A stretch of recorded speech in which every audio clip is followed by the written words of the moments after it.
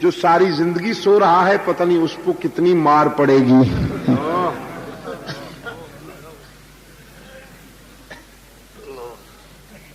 یہ وہ موڑ تھا کہ جب وہ متکبر بادشاہ اللہ کی عبادت و رسول کی اطاعت کے سفر پہ روانہ ہوا. اللہ کہا اور گر گیا. لگا نا جھٹکا. رات بھر روتا رہا. صبح ہوئی اپنے مشیروں وزیروں کو بلا کر کہنے لگا سنبھالو یہ سلطنت اور تاج و تخت.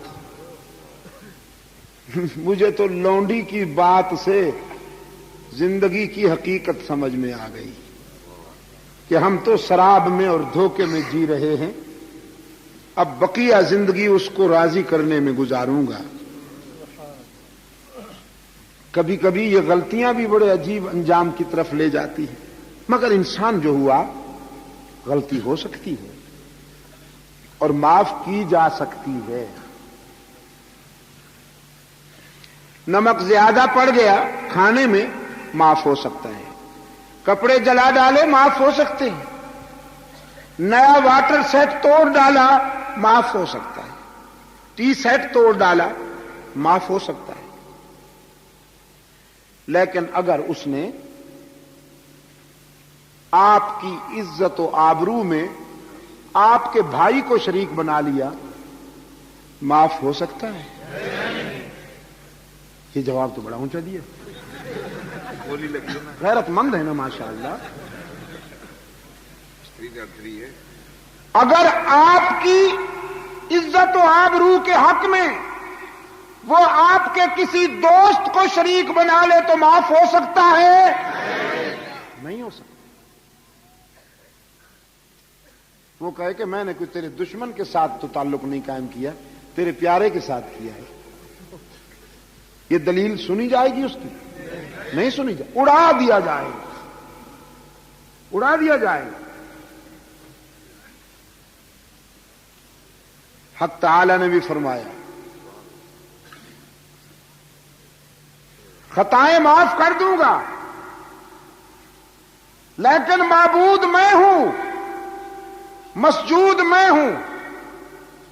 کسی اور کا سجدہ کیا تو میرے غضب سے نہیں بچ پاؤ گے. ہر جگہ موجود میں ہوں. کسی اور کو ہر جگہ موجود مانا تو میرے غضب سے نہیں بچ پاؤ گے. اللہ بالغیوب میں ہوں.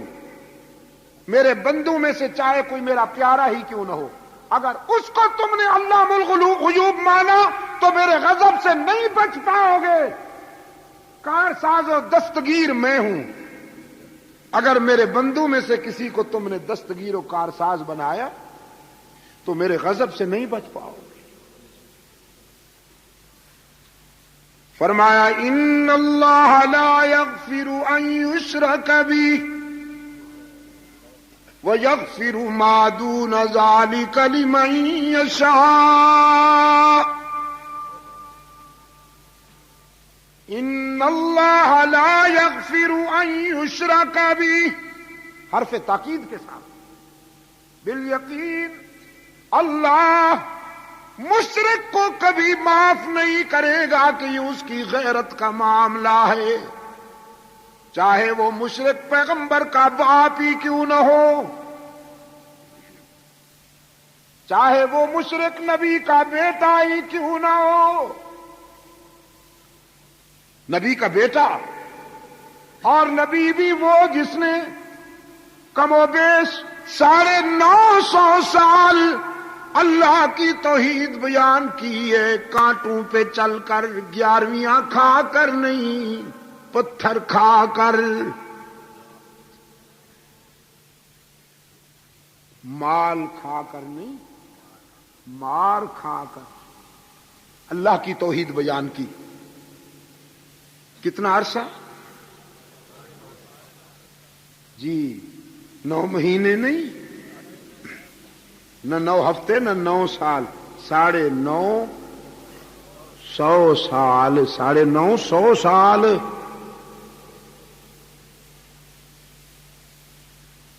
اور پھر صرف مسجد میں بیٹھ کر نہیں، گلیوں میں جا کر، صحراؤں میں جا کر، میدانوں میں جا کر قرآن کہتا ہے ربی انی دعوت قومی لیلا ونہارا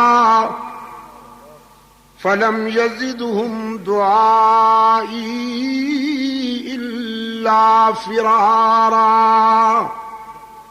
میرے رب، میں نے دعوت و تبلیغ کے سفر میں دن رات ایک کر دی، میں راتوں کے اندھیرے میں بھی ان کے پاس پہنچا، دن کے سویرے میں بھی ان کے پاس پہنچا، خلوص و انہماک کے ساتھ میں نے تیرا پیغام پہنچایا، لیکن ان کی شقاوت کا کیا علاج کروں؟ ان کی شقاوت بڑھتی جا رہی ہے۔ اب میرا خیال یہ ہے کہ آپریشن ضروری ہے۔ بعض بیماریاں اس سے ٹیبلٹ سے، مکسچر سے ٹھیک نہیں ہوتی نا۔ جو عضو زیادہ خراب ہو جائے پھر اسے، ناسور کو تو کاٹنا پڑتا ہے نا، ناسور کو کاٹنا پڑتا ہے، وہ جسم میں پیدا ہو جائے یا قوم میں، اس کو کاٹنا پڑتا ہے۔ الہ العالمین، یہ ناسور بن گئی ہے بیماری، آپریشن ہو جائے، آپریشن کا پروگرام بنا۔ رب العالمین نے فرمایا سیلاب بھیج رہا ہوں عذاب بنا کر۔ جو پانی ضروریات زندگی میں سب سے زیادہ اہم ہے ہوا کے بعد، وہی پانی موت کا پیغام بن کر آ رہا ہے۔ ہلاکت سیلاب کی صورت میں آ پہنچی، بیٹا ہلاک ہونے والوں میں شامل ہے۔ درد دل کے ساتھ پہلے بیٹے کو دعوت دی، یا بنیا ارکب معنا ولا تکن مع الکافرین، لخت جگر آجا میرے سفینے پر، بدبختوں کا حامی نہ بن۔ لیکن عزیز دوستو، جب شقاوت عروج پہ ہو تو پیغمبر کی دعوت بھی دل میں نہیں اثر کرتی۔ بیٹے نے صاف انکار کر دیا، یہ کہتے ہوئے ساوی الی جبل یعصمنی من الماء، آپ سیلاب کی دھمکی دیتے ہیں ہم پہاڑ کی چوٹیوں پہ چڑھ جائیں گے، وہاں تو سیلاب نہیں پہنچ سکتا۔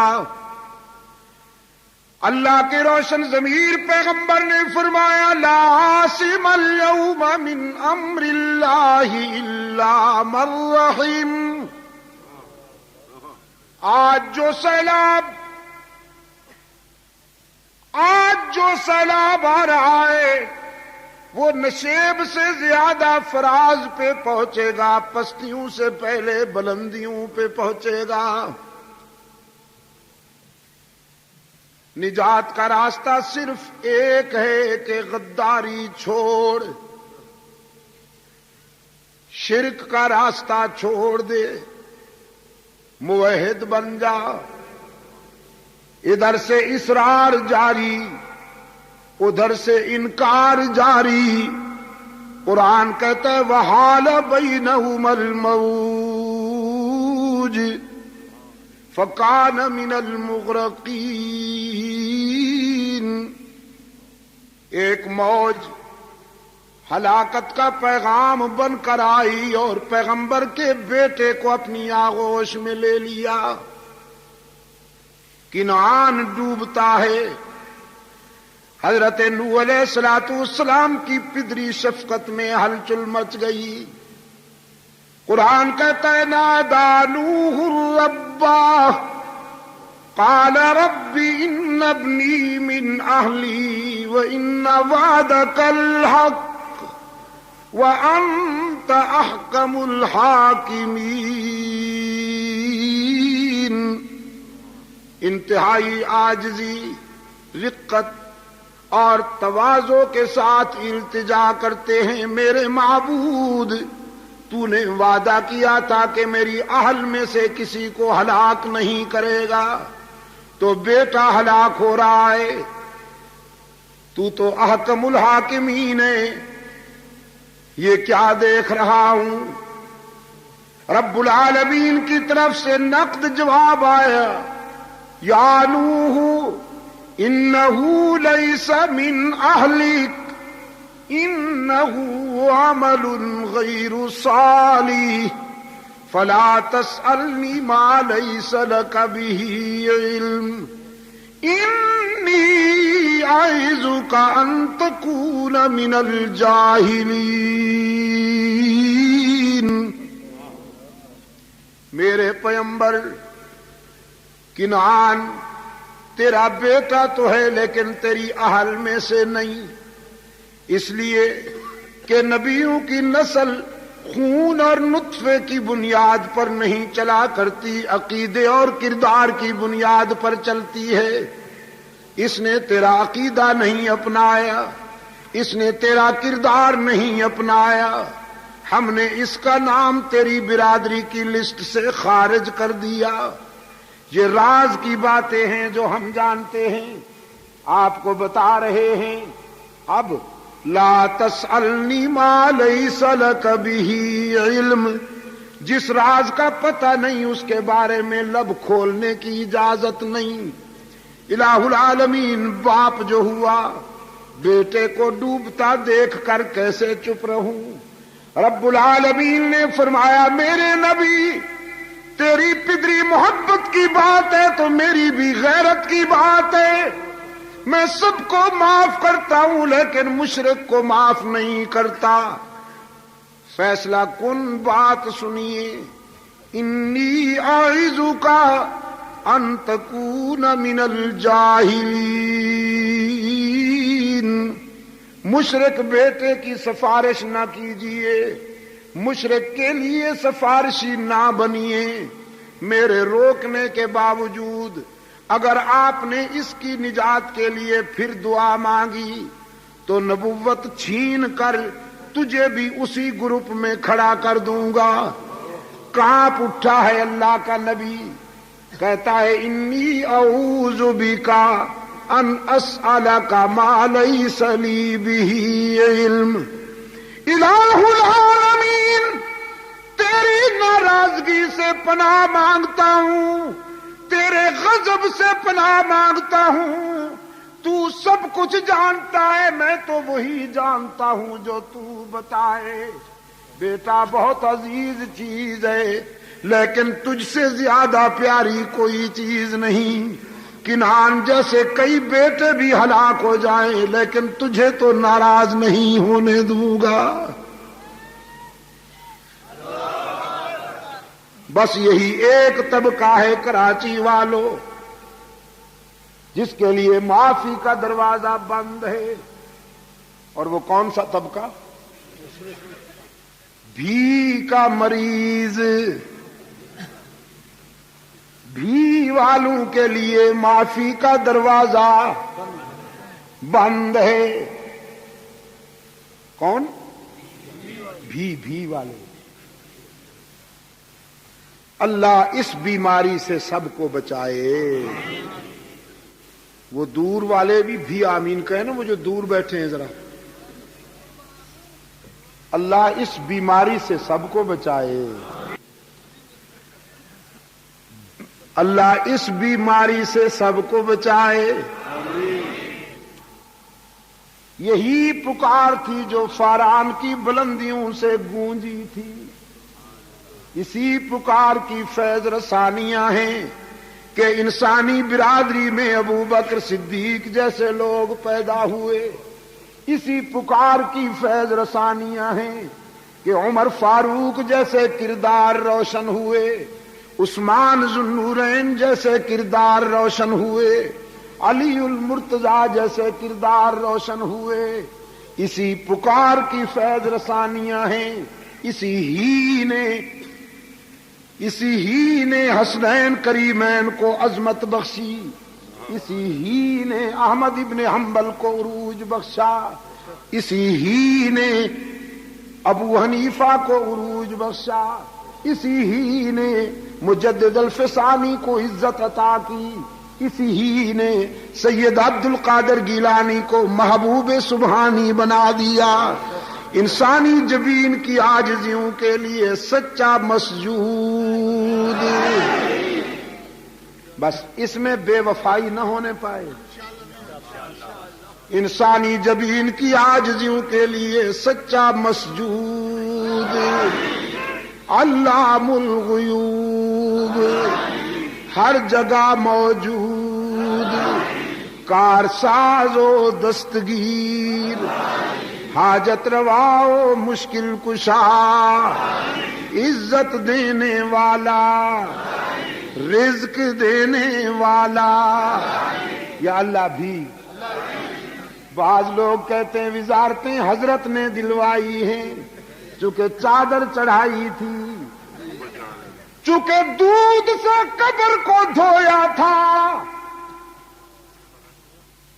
ہمارے ہاں بھی ایک گنجا ہے،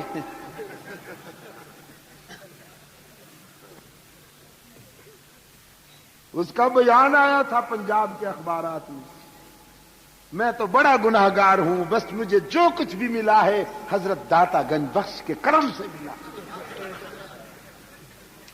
اب کھسک رہی ہے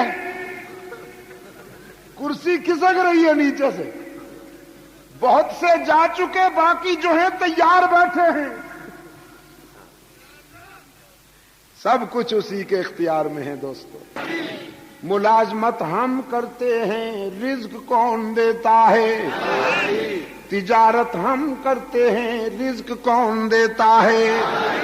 زراعت ہم کرتے ہیں، رزق کون دیتا ہے؟ محنت ہم کرتے ہیں، رزق دینے والا کون؟ بس اس عہد کو پورا کیجیے، باقی سب کچھ معاف ہو سکتا ہے۔ اس کی رحمت سے، رحمت عالم صلی اللہ علیہ وسلم کی شفاعت سے، سرکار دو عالم صلی اللہ علیہ وسلم نے فرمایا پکارو اسی کو، دامن پھیلاؤ اسی کے آگے، سب کچھ ملے گا۔ رب سے رابطہ قائم کرنے کے لیے تنکوں کے سہاروں کی ضرورت نہیں۔ مجاور بس اسی کو نہیں برداشت کر سکتے۔ مجاوروں کے لیے تو یہ پیغام اجل تھا، کہنے لگے تو آپ ہماری انکم کلوز کرنا چاہتے ہیں گویا، ہم یہ جو آستانے چھوڑ دیں تو پھر بھوکے مریں، پھر فیکٹریوں میں کام کریں، آمدنی بند، نذرانے بند، یہ کنوارے کنوارے مرغے جو آ جاتے ہیں روزانہ بند۔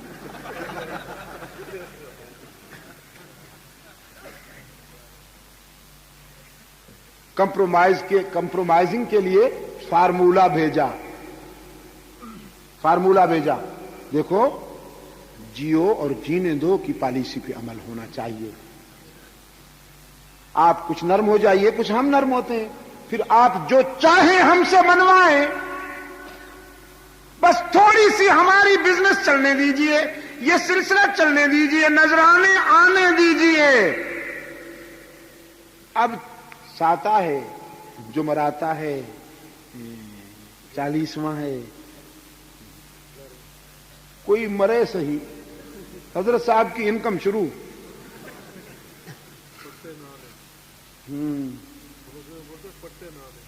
پٹے نانے، اچھا پٹے نانے جی، یہ نہیں جانے دیتا کسی کو جنت میں اس وقت تک جب تک کہ آپ میدہ نہ بھر دیں اس کا۔ حضرت صاحب نہیں جانے دیتے کسی کو جنت میں، پہلے کہتے ہیں تیجے کی تیاری کرو، پھر کہتے ہیں ساتا بناؤ، جمعراتا بناؤ، 40واں بناؤ، جب تک 40ویں تک بات پہنچتی ہے محلے میں کوئی اور مر جاتا ہے، پھر سلسلہ شروع۔ اس کو کہتے ہیں تیجے کی تیاری کرو، ساتا بناؤ، 40واں بناؤ، اور جب تک وہ 40 میں آتا ہے پھر کوئی اور محلے میں حضرت کا ایور گرین بزنس وداؤٹ لاس.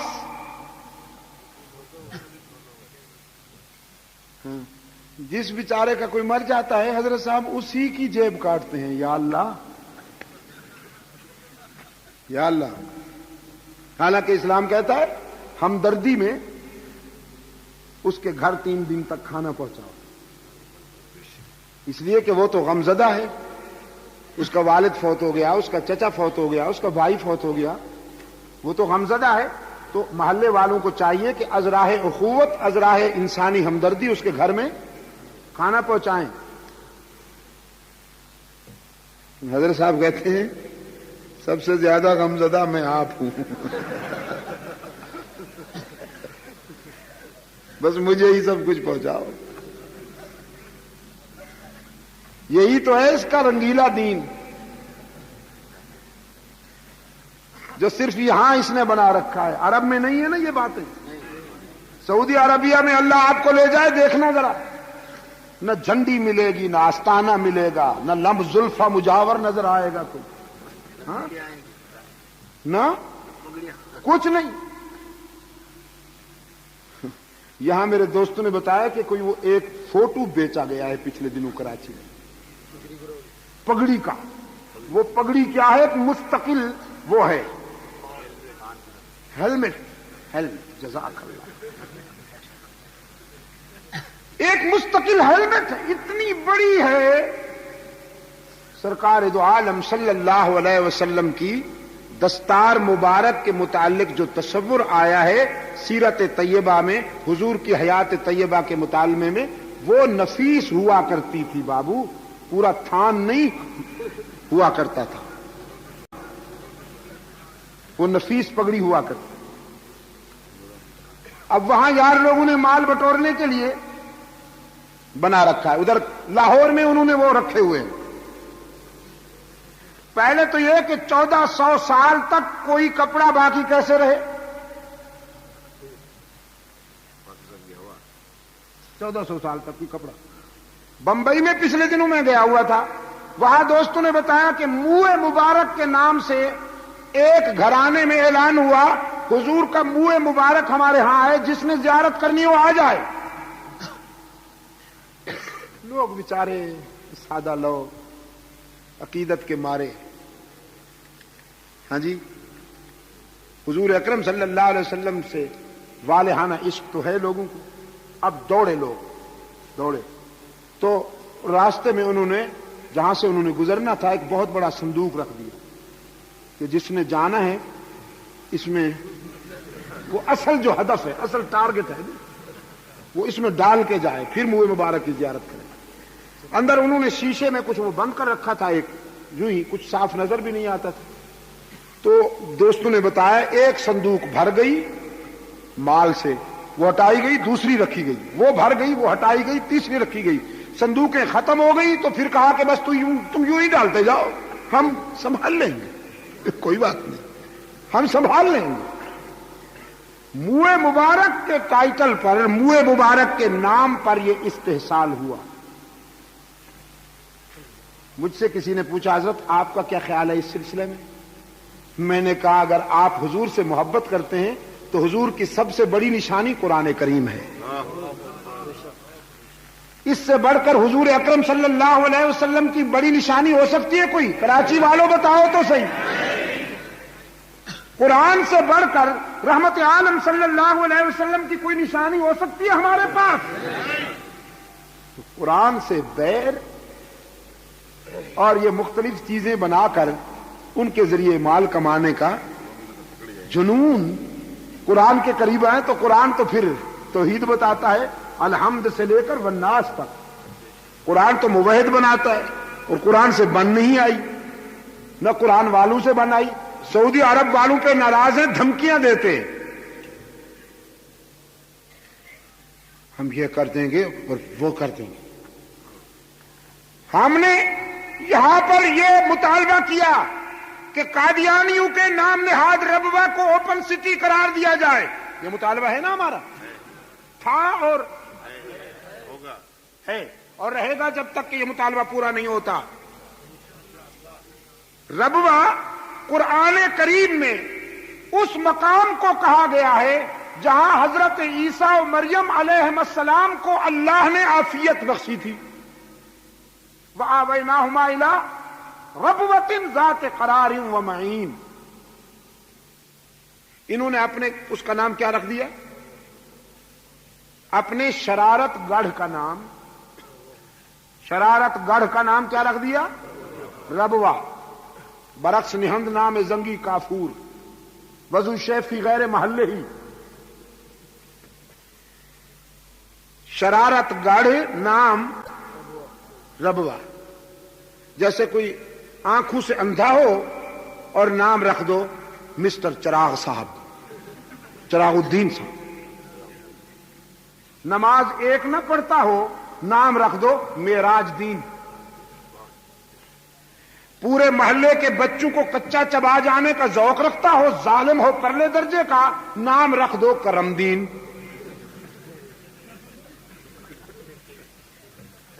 کوئی کرم دین بیٹھا ہے تو ناراض نہ ہو جائے، میں ایک بات کر رہا ہوں. وہ شرارتوں کا عالمی مرکز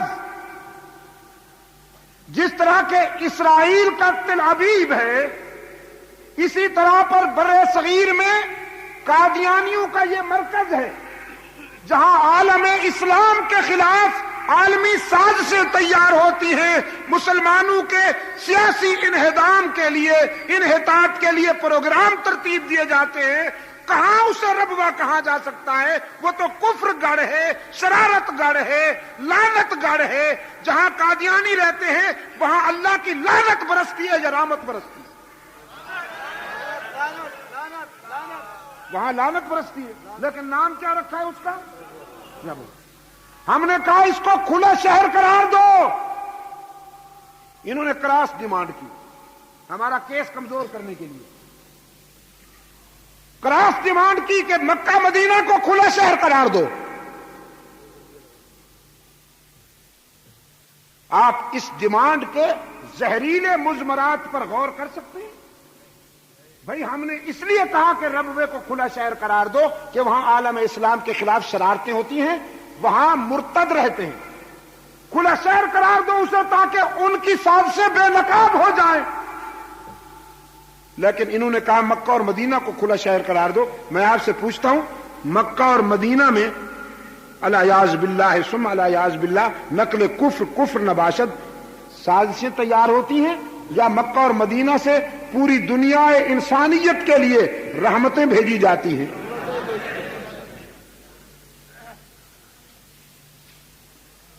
نمازیں ان کی نہیں ہوتی مسجد نبوی کے امام کے پیچھے، نمازیں ان کی نہیں ہوتی حرم کے امام کے پیچھے، اور ہیں عاشق. تو ایسے عاشقوں کا داخلہ بند، داخلہ بند. اور میں نے اس دن کہا تھا نیازی چوک میں کہ اس عاشق کو ڈوب مرنا چاہیے جسے معشوق اپنی گلی سے ہی نکال دے.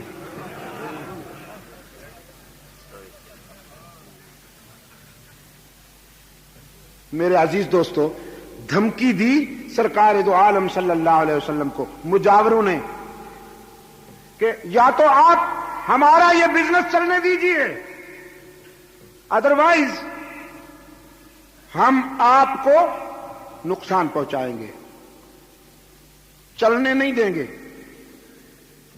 بائیکاٹ کریں گے، ہم آپ کو جینے نہیں دیں گے، اور اگر آپ ہماری بات مان لیں جو آپ چاہیں گے وہی کریں گے.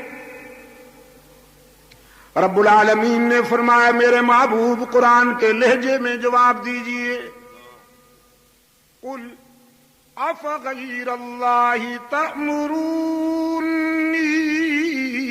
اعبد ایھا الجاہلون. جہالت کے بیماروں، مجھ سے تم نے یہ توقع کیسے کر لی کہ میں اللہ کے ساتھ کسی کو شریک گوارا کر لوں؟ اللہ کی عبادت میں کسی اور کو شریک گوارا کر لوں؟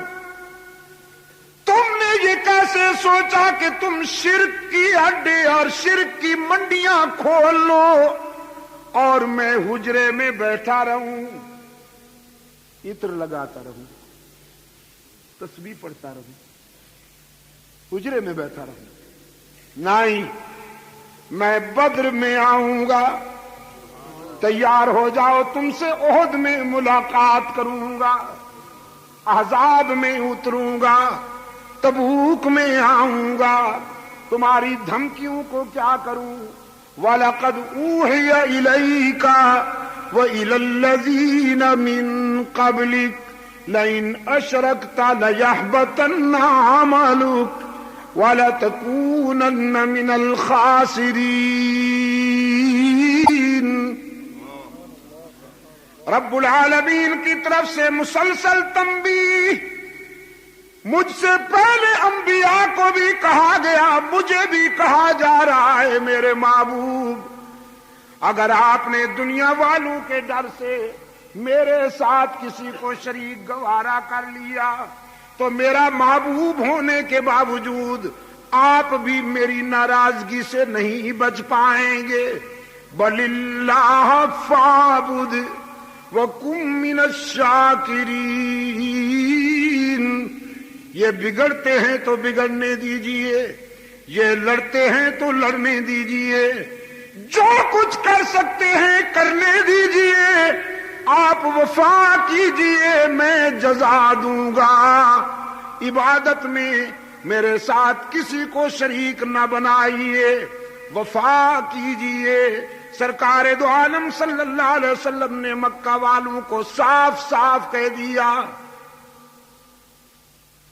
سارے صدمے اٹھاؤں گا، ساری مصیبتیں برداشت کروں گا، تم کانٹے بچھاؤ گے تو پاؤں زخمی کروا لوں گا، تم پتھر برساؤ گے تو لہولہان ہونا گوارا کر لوں گا، لیکن مانتا ہوں اور منواؤں گا۔ انسانی جبین کی عاجزیوں کے لیے حقیقی مسجود۔ یہ ہے میرے آقا کا پیغام، میرے آقا کا یہ پیغام ہے۔ اللہ نے توفیق دی ہے شاہ ولی اللہ قافلے کے رضاکاروں کو، اللہ سلامت رکھے اس قافلے کو، اللہ ان رضاکاروں کی قدم قدم پہ نصرت فرمائے۔ آج پوری دنیا میں اللہ نے کام لیا، شرک کا تعاقب کرنے والے یہی، توحید کا پرچم لہرانے والے، تحفظ ناموس صحابہ کے لیے دن رات محنت کرنے والے یہی، تحفظ ختم نبوت کے لیے اپنی زندگیاں وقف کرنے والے یہی، باطل جس عنوان سے آئے اس کا مقابلہ کرنے کے لیے ولی اللہ قافلے کے رضاکار سر بکف کھڑے ہیں۔ اللہ ان کی مدد فرمائے، قدم قدم پر مدد فرمائے۔ رائے ونڈ میں انشاءاللہ عالمی اجتماع ہو رہا ہے 7، 8، 9 نومبر کو۔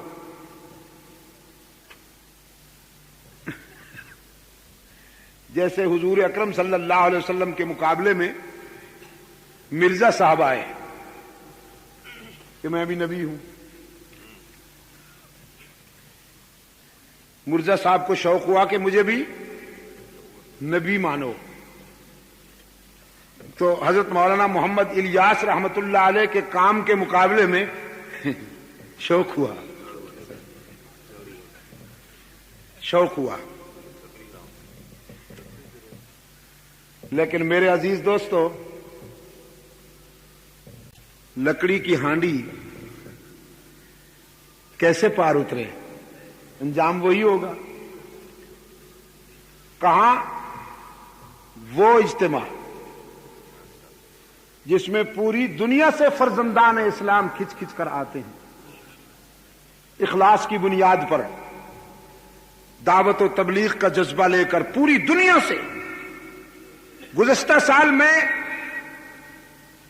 ماریشس اور فرانس کے دورے پہ تھا، وہاں سے ہم آئے تھے اجتماع کے لیے، تو میرے ساتھ 22 افراد کا قافلہ ساتھ آیا تھا اس اجتماع میں شرکت کے لیے، فرانس سے، وایا، موریشس اور بمبئی، پوری دنیا سے اللہ کے فضل و کرم کے ساتھ وہاں فرزندان اسلام جمع ہوتے ہیں اور عالم اسلام کی سربلندی کے لیے دعائیں مانگتے ہیں۔ میرے عزیز دوستو، اجالوں کا یہ سلسلہ قائم رہنا چاہیے، شرک و بدعات کا تعاقب جاری رہنا چاہیے، شرک کے بیماروں کو توحید کا انجیکشن ہونا چاہیے کہ نہیں ہونا چاہیے، اور دشمنان صحابہ کو بھی راہ راست پر لانے کی کوشش جاری رہنی چاہیے۔ اس کے لیے مجلس تحفظ حقوق اہل سنت و جماعت کی سرپرستی کیجیے، ہمارے قافلے میں شریک ہو جائیے، سپاہ فاروق اعظم میں آ کر اپنی جوانیاں فاروق اعظم اور صحابہ کرام کی عزت و ناموس کی حفاظت کے لیے وقف کر دیجیے۔ آج میں نے تربت میں بھی کچھ جوانیاں مانگی تھیں کہ مجھے ایسے جوان چاہیے جو اپنا شباب اللہ کی توحید، رحمت عالم صلی اللہ علیہ وسلم کی سیرت، صحابہ کی عزت و ناموس، حضور کی ختم نبوت، اہل بیت کی عظمت کے تحفظ کے لیے اپنا شباب وقف کر دیں۔ میں ایسے جوان ڈھونڈتا ہوں، تو ہزاروں کی تعداد میں وہ نوجوان کھڑے ہو گئے اور انہوں نے وعدہ کیا کہ آج کے بعد کوئی لیڈر ہمیں امریکی پروگرام کے فروغ کے لیے یا روسی پروگرام کے فروغ کے لیے استعمال نہیں کر سکے گا۔ آج کے بعد ہمارا شباب اور ہماری جوانی رحمت للعالمین کے ناموس کے تحفظ میں کام آئے گی۔